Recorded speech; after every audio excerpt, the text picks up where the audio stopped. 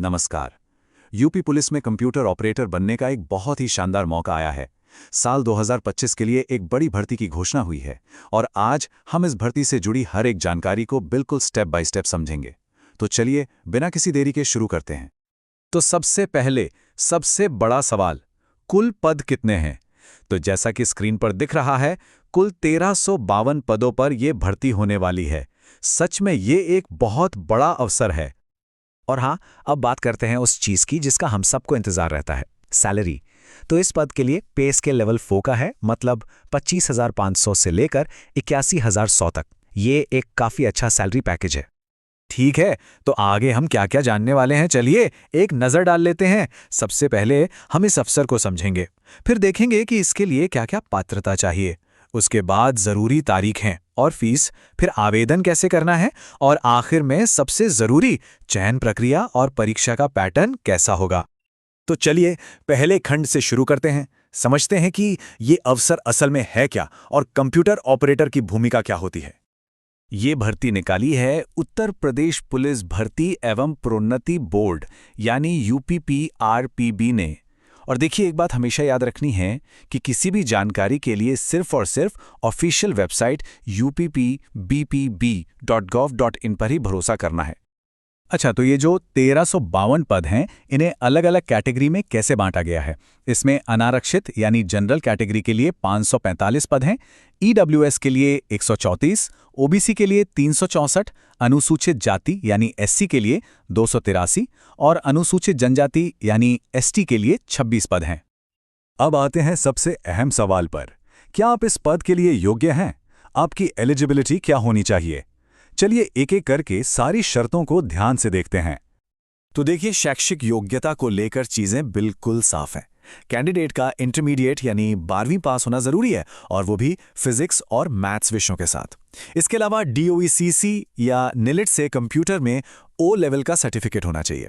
अगर O level नहीं है तो उसके बराबर का कोई डिप्लोमा, जैसे कंप्यूटर इंजीनियरिंग, IT या इलेक्ट्रॉनिक्स इंजीनियरिंग में डिप्लोमा भी मान्य होगा। अब उम्र की बात कर लेते हैं। 1 जुलाई 2025 को आपकी उम्र कम से कम 18 साल और ज़्यादा से ज़्यादा 28 साल होनी चाहिए। इसको और आसान भाषा में समझें तो जन्म 2 जुलाई 1997 से पहले और 1 जुलाई 2007 के बाद का नहीं होना चाहिए। हाँ, जो आरक्षित श्रेणी के उम्मीदवार हैं, उन्हें सरकारी नियमों के अनुसार उम्र में छूट मिलेगी। चलिए अब बात करते हैं उन तारीखों की जिन्हें भूलना बिल्कुल मना है, और साथ ही आवेदन शुल्क की भी इन पर खास ध्यान देना है। तो ऑनलाइन आवेदन और फीस पेमेंट 18 दिसंबर 2025 से शुरू हो जाएंगे। फॉर्म भरने की आखिरी तारीख 15 जनवरी 2026 है और फीस जमा करने या फॉर्म में कोई सुधार करने की आखिरी तारीख 18 जनवरी 2026 होगी। इन तारीखों को अपने कैलेंडर में अभी मार्क कर लीजिए।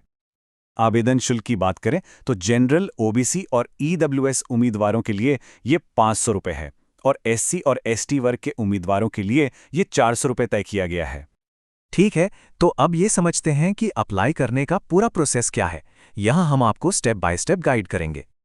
देखिए, प्रक्रिया काफ़ी सीधी सादी है।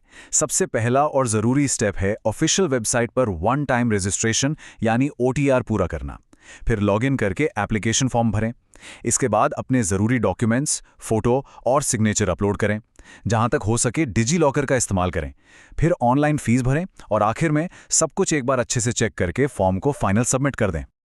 और एक बात बिल्कुल गांठ बांध लीजिए, वन टाइम रजिस्ट्रेशन यानी OTR अनिवार्य है, ये मैंडेटरी है। OTR पूरा किए बिना इस पद के लिए आवेदन नहीं किया जा सकता।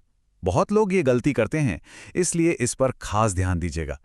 अच्छा, तो फॉर्म भर दिया, अब आगे क्या होगा? सिलेक्शन कैसे होगा?